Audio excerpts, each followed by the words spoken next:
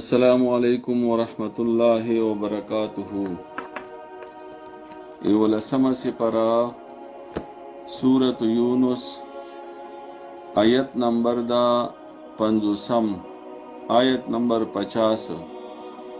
اعوذ باللہ من الشیطان الرجیم بسم اللہ الرحمن الرحیم. قل أرأيتم إن آتاكم عذابه بياتا أو نهارا ماذا يستعجل منه المجرمون أثم إذا ما وقع آمنتم به الآن وقد كنتم به تستعجلون. رب اشرح لي صدري ويسر لي امري واحلل عقدة من لساني يفقهوا قولي. د ما ډېر عزتمند اوریدونکو د نمخ کې کوم سبق چې تیر شو نو په هغه کې الله رب العزت دا خبره فرمایلی و چې د کافرانو د مشرکینو به نبی علی السلام ته ویل چې هغه عذاب بکل رچی، هغه قیامت بکل رچی، هغه مرگ بکل رچی. تو نبی علیہ السلام ورته جواب ورکو چې ما سره اختیار نشته د دې خبرې، دا اختیار الله رب العزت سره ده. او چې الله رب العزت کوم وخت د دې لپاره مقرر کړی دا نو هغه به نو رستو کیږي او نه به مخکې کیږي. اس کی اللہ رب العزت نبی علیہ السلام ته فرمائی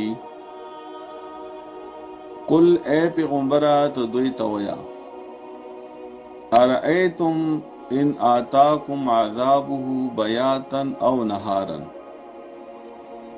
آیا تاسو په دې خبره باندې سوچ کړی دا چې کچری د عذاب په تاسو باندې راشي د شپې یا د ورځې؟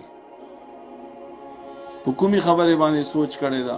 ما دا چې اخر کوم شی دا چې تاسو به دې عذاب نه بچ کی، یا اخر کوم شی دا یعنی تاسو سره څه خبره ده یستعجل منه المجرمون چې د مجرمان په دې عذاب باندې تلوار کوي، جلتی کوي، بیړه کوي.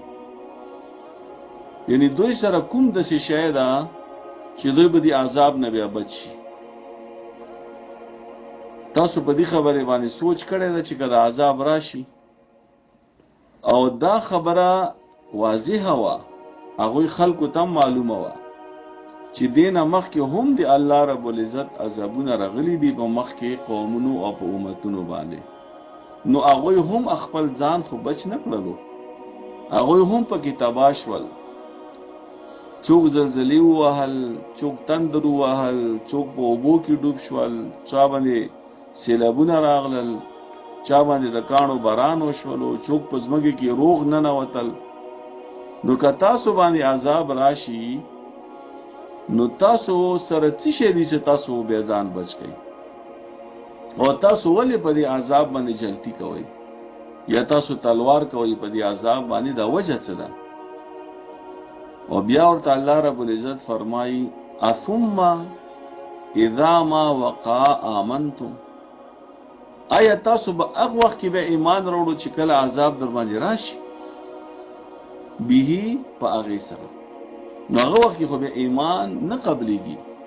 چې کله په فرعون باندې سمندر الله تعالی را پرېښودلو، سمندر کې الله ورډوب کړو، نو هغه ډېرې چیغې وویلې چې زه ایمان راوړم، الله یو ده، زه ایمان راوړم د موسی علیه السلام په رب باندې. خو بس دغه وخت پوره شوی و، هغه مهلت ختم شوی و. نو الله فرمایي چې کله عذاب راشي نو بیا به هغه وخت کې تاسو ایمان راوړئ. الآن آیا اوس ایمان راوړئ؟ وقد کنتم به تستعجلون، په داسې حال کې چې تاسو د دې عذاب پر راتلو باندې چلتی کوئ. یعنی تاسو پکار ده چې اوس ایمان راوړئ، عذاب راتلو نه مخکې تاسو ایمان راوړئ. نو دغه ایمان به تاسو عذاب نه بچ کی، دغه ایمان به تاسو د الله تعالی غضب نه د الله غصې نه مو بچ کی قیامت پورې چې هم او دنیا کې هم. نو دې د وجه نه موږ د پاره په دې سبق کې دا نصیحت پروت تا چې موږ ته دا انتظار نه ده پکار چې موږ بوډاګان شو بیا به نیک عمل کوو، موږ فارغ شو بیا به نیک عمل کوو، او چې کله سختیان راشي بیا به نیک عمل کوو. د ژوند هیڅ پته نه لګي. ژوند د سترګو پرب کې ختمېدلی شي، د دنیا د سترګو پرب کې ختمېدلی شي، د الله عذاب هر وخت کې راتللی شي. دا خو الله عالم ده په دې خبرې باندې چې الله تعالی د عذاب د پاره یا د مرګ د پاره یا د قیامت د پاره کوم وخت مقرر کړی ده، په دې باندې خو هیڅ چا د پته نشته. نو هر وخت مونږ ته دا پکار دي چې مونږه مرګ د پاره هم تیارو، قیامت د پاره هم تیارو، چې مونږه دومره تیاری وي چې مونږه الله تعالی ته بیا کم از کم جواب ورکول شو د دې خبرې چې مونږه کا نور څه کړی وي کنه وی کړی، خو مونږه ایمان راوړیو، په اخلاص سره ایمان راوړیو. اوس ترجمه ته متوجه شو.